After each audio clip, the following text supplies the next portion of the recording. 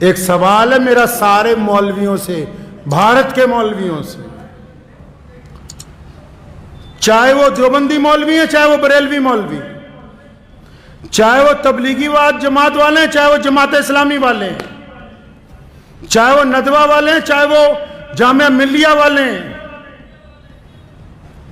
جتنے بڑے بڑے دانشور مسلمان بنے پھرتے ہیں، ان سب سے سوال ہے کہ یہ جو اب عام شادیاں مسلمانوں کی ہوتی ہیں جن میں تم ڈی جے لگا کے ڈھول بجا کے اور وہاں رقص و سرور کی محفلیں منعقد کی جاتی ہیں، اور آپ جیسے بڑے مسلمانوں کے چودھری جن لوگوں نے وقت بھی لگایا، جو اپنے آپ کو خواجہ اجمیری کے سجادہ نشین بھی کہتے ہیں، جو اپنے آپ کو اہل سنت والجماعت کے جانشین کہتے ہیں، جو اپنے آپ کو علماء دیوبند کے وارث کہتے ہیں، اکثر دیکھنے کو ملتا ہے کہ جتنی غیر شرعی شادیاں ہیں یہ اپنی داڑیاں لے کے وہاں صوفوں پر بیٹھ کے آرام سے مرغا بریانی کھاتے ہیں۔ کیا تمہاری غیرت تمہیں ایک دفعہ نہیں چنجوڑتی کہ رسول اللہ کے حکموں کی کلی خلاف ورزی ہو رہی؟ کیا تمہارے دل میں ذرا برابر بھی شرم نہیں، ذرا برابر غیرت نہیں آتی تمہیں؟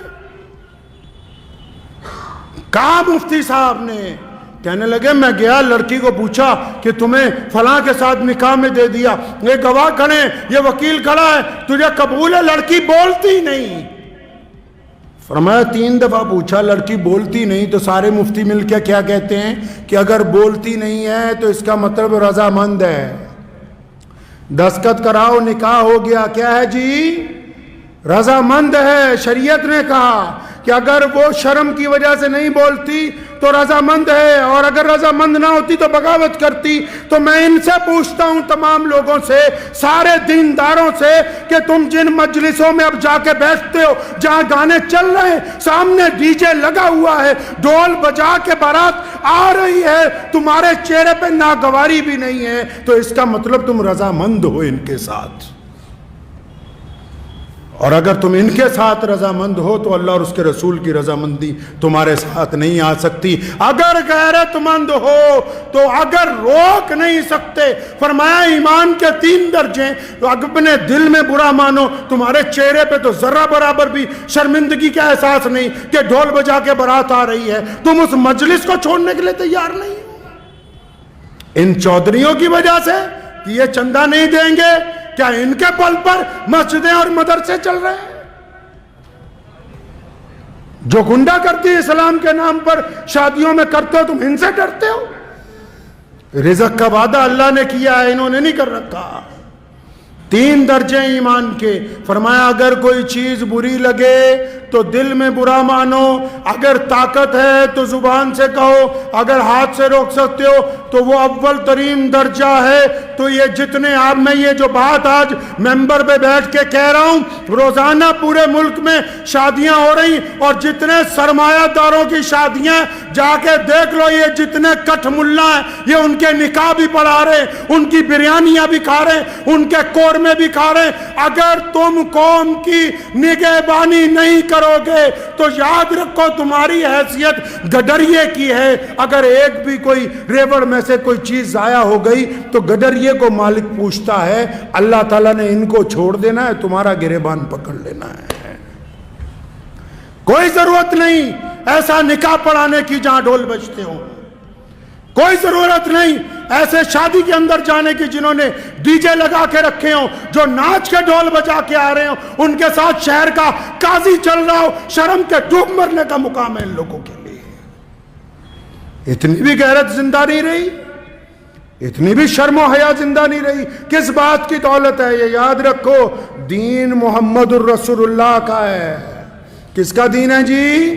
محمد الرسول اللہ کا دین ہے، اور یہ دین قیامت تک زندہ رہے گا۔ یہ کسی سرمایہ دار کا دین نہیں ہے، یہ کسی بہت بڑے چودھری کا دین نہیں ہے۔ دنیا کی کوئی طاقت اس دین کو سرنگو نہیں کر سکتی۔ اس لیے پلٹیے اپنے رب کی طرف، اور آپ بھی سنیے جتنے عام مسلمان ہیں، اگر کسی شادی میں ناچ گانا ہو رہا ہے مسلمان کی، اور شراب پی کے کوئی آ رہا ہے، ڈھول بجا کے بارات آ رہی ہے، آپ اگر اس میں شامل ہیں تو آپ گنہگار ہیں۔ میں فتوے نہیں اکثر دیتا، لیکن یہ مسئلہ آپ کو اس لیے بتا رہا ہوں کہ رسول اللہ صلی اللہ علیہ وسلم کو یہ بات پسند نہیں ہے۔ رسول اللہ نے سادگی سے نکاح کا حکم دیا، ورنہ مسجد عبد الرحمن بن عوف جلیل القدر صحابی، اربوں پتی آدمی، رسول اللہ نے فجر میں پوچھا عبد الرحمن یہ کپڑوں پہ لال رنگ کا داغ لگا، فرمایا یا رسول اللہ رات میرا نکاح ہوا تھا تو مہندی لگ گئی تھوڑی سی، کچھ نہیں کہا رسول اللہ نے کہ ہمیں نہیں بلایا، فلاں کو نہیں بلایا، تو رسموں میں پڑ گئے جی فلانے بھائی کو لے آؤ، فلانے چاچے کو لے آؤ، ماسڑ کو لے آؤ، یہ لے آؤ، وہ لے آؤ، اور یہ جو چھپ چھپ کے تمہاری اولادیں زنا کر رہی ہیں کبھی ان کی طرف بھی دیکھو، ان کی طرف بھی دیکھو، خدا کے واسطے ان تمام رسموں کو چھوڑ دیجئے، اور اس جذبے کے ساتھ چھوڑنا کہ ہم مسلمان ہیں انشاءاللہ تعالیٰ ہم اس غلط کام میں ساتھ نہیں دیں گے، کریں گے جی انشاءاللہ۔